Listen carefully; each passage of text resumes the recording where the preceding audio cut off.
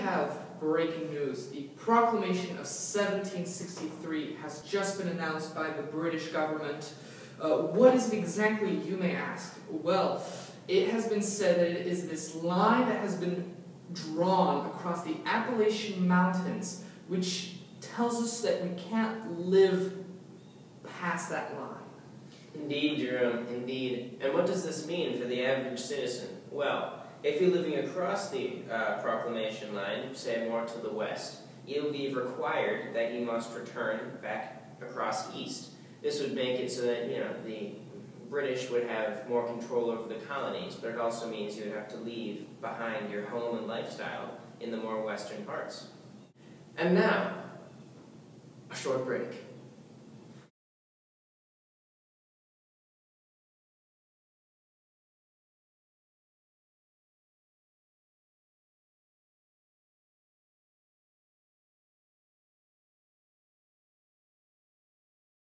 Welcome to Social Happenings.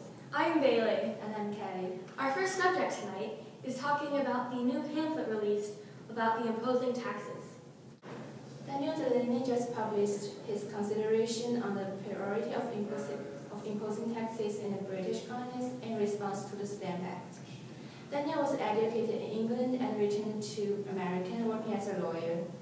In this essay, he contended that the colonies that were not represented in the Parliament could not be represented in that body, and taxation without representation was a violation of the common law of England. He also maintained that the colonists, by manufacturing for themselves, would remove the danger of being oppressed and teach the mother country to regard the colonies as a part of themselves and not merely as possessions. The pamphlet is widely read in England and as well as America. This pamphlet will be an important statement of the American position on no taxation without representation. Thank you. Mr. Palmer, I hear that you are a loyalist. That I am, good sir, that I am. What is your view on British control of the colonies these days? It would seem to me as though, although they can be quite tyrannical at times, that we do need the British after all. After all, they do provide us with quite a few resources, valuable manufactured goods, and the ability to grow glorious mustaches. And tonight, breaking news. The British have imposed a new Stamp Act on the colonies. It means any document, any paper goods, piece of paper, mail, must have a stamp placed by, bought from the British government on any paper good. For any officers that have been established around the area. Indeed, Jerome. The way this is going to affect you, might I say, is in fact affect everyone, especially merchants who have documents to make paperwork all the time to help with their trade network is going to become very costly. But then everyone in general, writing letters to anyone you know, in addition to buying the newspaper, will cost just a little more, and that's enough to add up every day. Our charters, our legislative bodies are going to have to pay extra money just to get legal documents out, which will be a big pain. Indeed, indeed it is. And again, we can't emphasize more the importance of petitioning.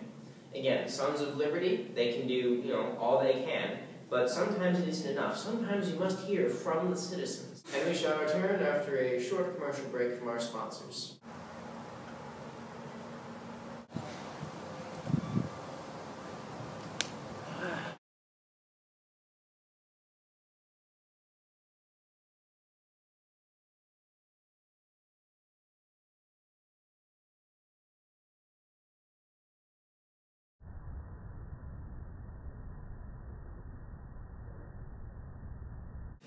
And it is again another breaking news, my friends, that has occurred this very afternoon.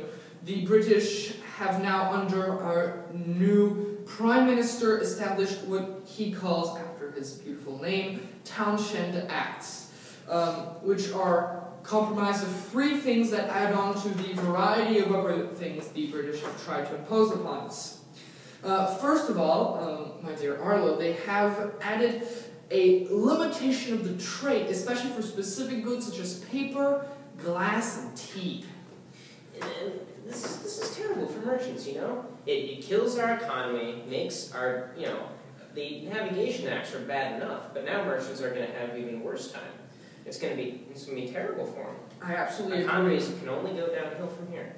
And that is not the only thing, unfortunately. Second of all, they have decided to take the money they receive from this first limitation of trade and use it to some extent to pay the officials that they're using, which has consequences, doesn't it? Indeed, Jerome, it has many consequences for us, one of which being that we now have no control over the British officials in America.